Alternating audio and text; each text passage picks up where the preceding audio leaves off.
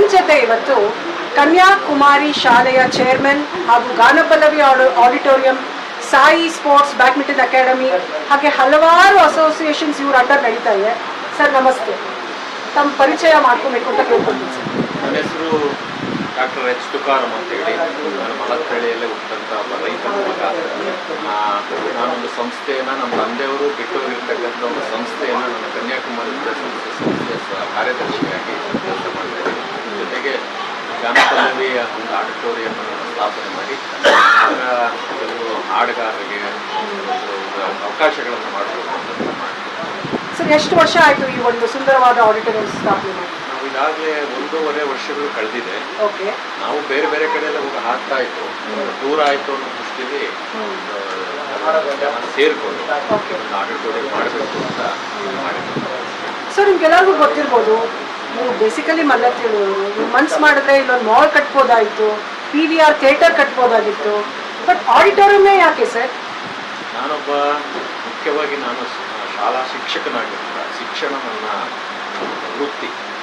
ಪ್ರವೃತ್ತಿಯಾಗಿ ಕೆಲವೊಂದು ಹಾಡುಗಳನ್ನು ಬರೆಯೋದಾಗ್ಬೋದು, ಪುಸ್ತಕಗಳನ್ನು ಬರೆಯೋದಾಗ್ಬೋದು ನನಗೆ ಒಂದು ಹವ್ಯಾಸವಾಗಿ ಇಟ್ಕೊಂಡಿದ್ದೇನೆ. ನಾನು ದುಡ್ಡು ಮಾಡೋದು ನನ್ನ ಉದ್ದೇಶನೇ ಅಲ್ಲ. ಒಂದು ಸಮಾಜಕ್ಕೆ ನನ್ನಿಂದಾದ ಏನೋ ಒಂದು ಕೆಲಸ ಕಾರ್ಯಗಳನ್ನು ಮಾಡಬೇಕು ಅನ್ನೋ ನಿಟ್ಟಿನಲ್ಲಿ ನಾನೊಂದು ಯಾಕೆಂದರೆ ತುಂಬ ಆಸಕ್ತರಿದ್ದರು ಹಾಡುಗಾರರು. ಹಾಗಾಗಿ ಅವ್ರಿಗೊಂದೇನೋ ಒಂದು ಜಾಗ ಸಿಗುವಂಥದ್ದು, ಒಂದು ವೇದಿಕೆ ಮಾಡಬೇಕು ಅಂತ ನಿಟ್ಟಿನಲ್ಲಿ ಇದನ್ನು ಮಾಡಿದೆ. ದುಡ್ಡು ಮಾಡೋದೇ ನನಗೆ ಫೈನಲ್ ಅಲ್ಲ, ಅಲ್ಟಿಮೇಟ್ ದುಡ್ಡು ಮಾಡೋದೇ ನನ್ನ ಉದ್ದೇಶ ಅಲ್ಲ. ನೋಡಿ ಎಷ್ಟೊಳ್ಳೆ ಮಾತು ಹೇಳಿದ್ರು. ನಾನು ಒಂದು ಕ್ವೆಶನ್ ಕೇಳಿದೆ, ಯಾಕೆ ನೀವು ಮಾಲೋ PVR ಮಾಡಬಾರ್ದಾಗಿತ್ತು ಅಂತ. ಬಟ್ ಅವಾಗ ಅವ್ರ ಹಿನ್ನೆಲೆ ಹೇಳ್ಕೊಂಬಂದ್ರು. ಅವ್ರು ಬೇಸಿಕಲಿ ಶಿಕ್ಷಣಕ್ಕೆ ಮೊದಲು ಆದ್ಯತೆ ಕೊಟ್ಟರು.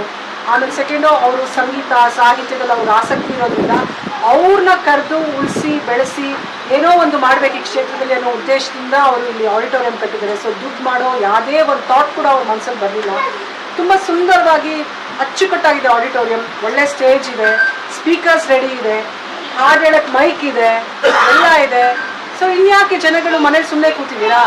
ಬನ್ನಿ, ಗಾನಪಲ್ಲವಿ ಆಡಿಟೋರಿಯಂ ಕೆಂಗುಂಟೆ ಹತ್ತಿರ ಇದೆ. ಇದರ ಎಕ್ಸಾಕ್ಟ್ ಲೊಕೇಶನ್ ನಾನು ನಿಮಗೆ ಸದ್ಯದಲ್ಲೇ ಗ್ರೂಪಲ್ಲಿ ಕಳಿಸ್ತೀನಿ. ಸೊ ಇನ್ನೇನೇನು ಕಾರ್ಯಕ್ರಮಗಳು ಮಾಡ್ಬೋದು ನೋಡ್ತಾ ಹೋಗೋಣ. ಬಂದಿದ್ಯಾ ನೋಡ್ಬಿಡ್ತೀನಿ.